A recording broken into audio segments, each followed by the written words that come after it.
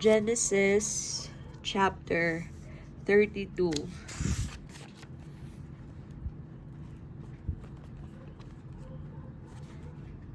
And he rose up that night, and took his 2 wives, and his women servants, and his 11 sons, and passed over the ford Jabbok.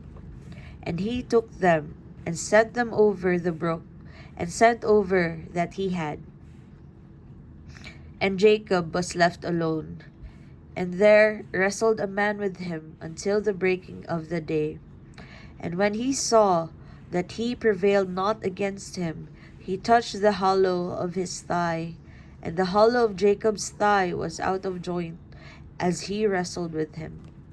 And he said, Let me go, for the day breaketh.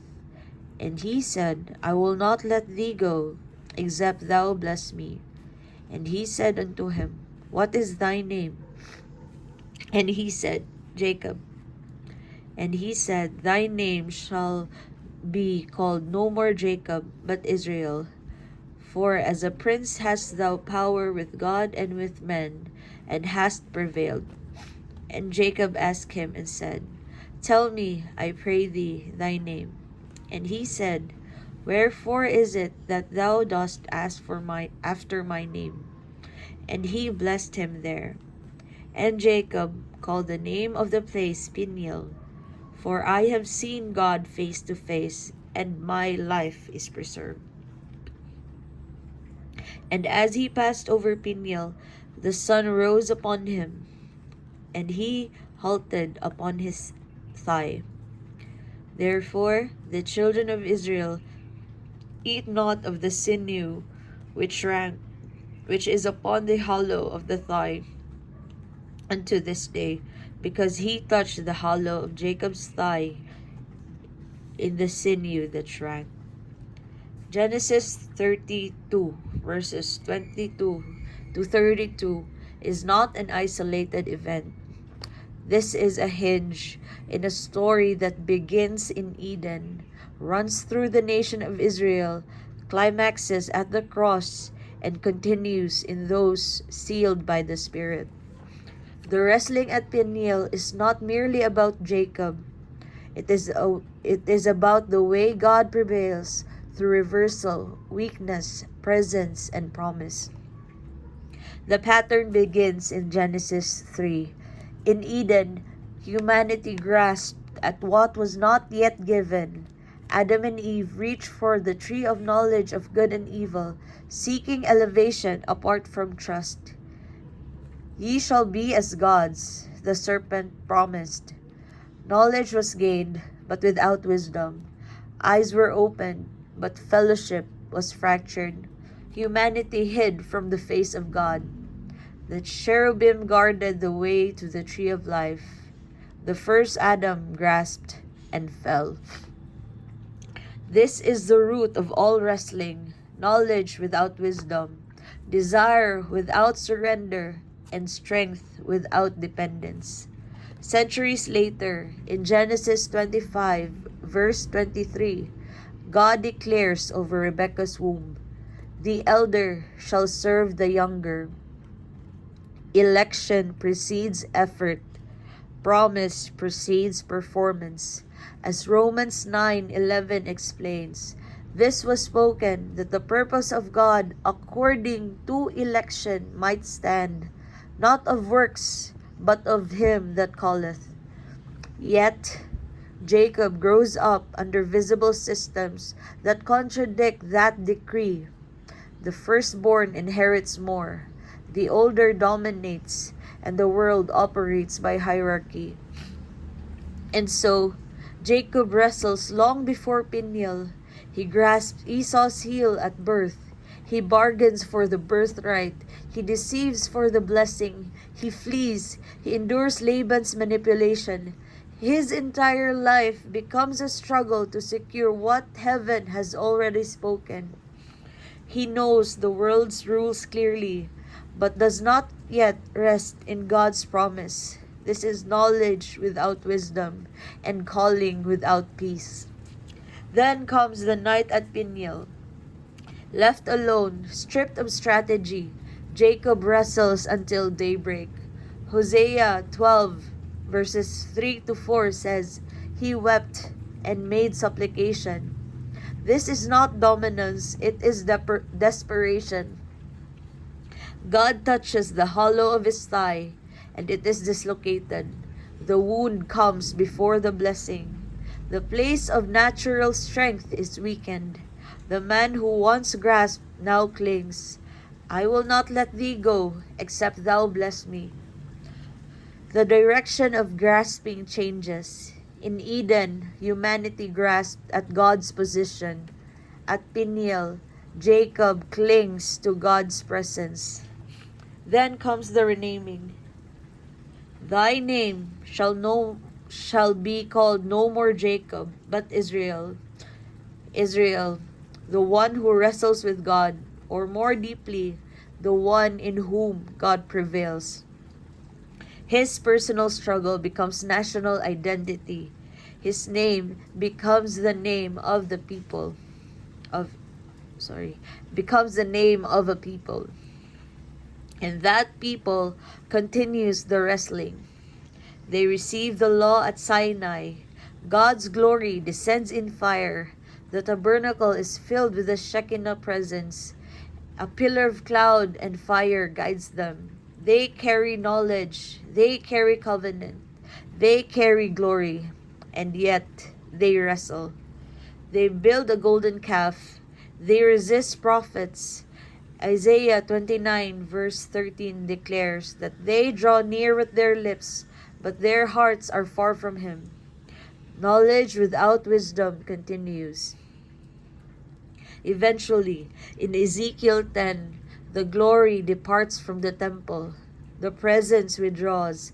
Exile follows. The wrestling nation bears its limp. Then Jesus comes. John 1 verse 14 declares, the Word was made flesh and dwelt among us." The word dwelt means tabernacled.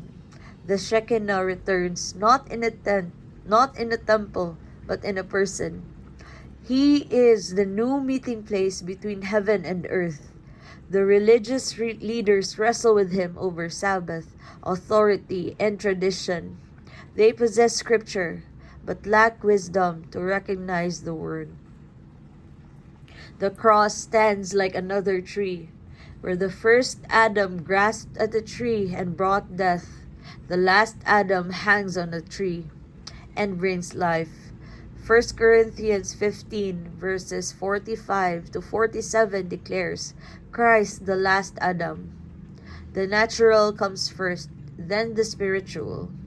1 Corinthians 15 verse 46. The elder serves the younger. The order of flesh yields to the order of spirit. The visible hierarchy is reversed by divine decree. The cross appears to be defeat. 1 Corinthians 1 verse 18 calls it foolishness to those who perish, but Colossians 2 verse 15 reveals triumph. Resurrection overturns the visible narrative. Just as Jacob thought he prevailed until he limped, the world thought it prevailed until Christ rose. The Garden of Eden ends in exile. The garden tomb ends in resurrection. Then comes Pentecost. Acts 2 records fire descending again, but not on a mountain, not in a tent, not in a stone building. Fire rests upon people. The presence that once filled the tabernacle now fills believers. 1 Corinthians 3 verse 16 declares believers are the temple of God. 2 Corinthians 1 verse 22 says, God has sealed us and given the earnest of the Spirit in our hearts. Ephesians 1 13 to 14 calls the Spirit the seal and guarantee of inheritance. Here, the limp seal parallel reaches fullness. Jacob permanently walked with a limp, visible evidence of encounter. Believers permanently bear the seal of the Spirit, the invisible evidence of belonging. The limp looked like weakness to the world. The cross looked like shame. The Spirit-led life looks fragile, but heaven sees differently.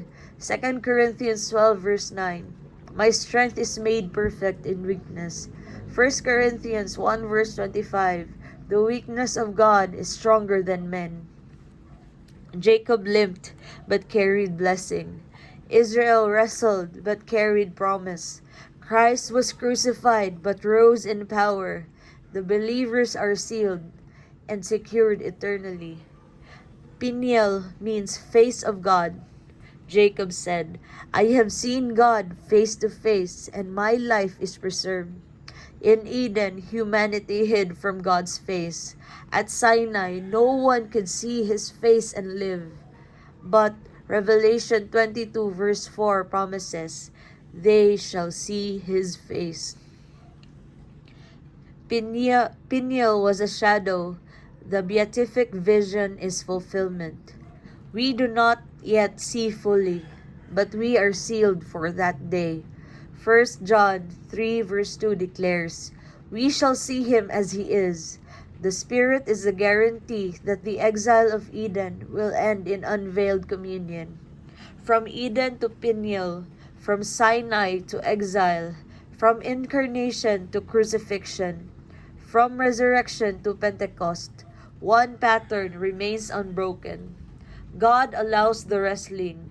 God wounds pride. God renames identity. God reverses visible order. God restores presence. And God seals his people. Knowledge without wisdom led to Eden's fall. Knowledge without wisdom crucified Christ. But surrendered wrestling leads to blessing. The elder shall serve the younger. The first Adam yields to the last Adam. The flesh bows to the Spirit. The visible yields to the eternal. The limp is not defeat. The cross is not failure. And the seal is not temporary. And when the story reaches its consummation, there will be no more night wrestling, only unveiled vision. The God Jacob saw in darkness will be the God his redeemed see in glory. The mark of encounter now is the guarantee of eternal seeing then. And from the first garden to the final city, the declaration stands. God prevails, and those he seals will see his face forever. Amen.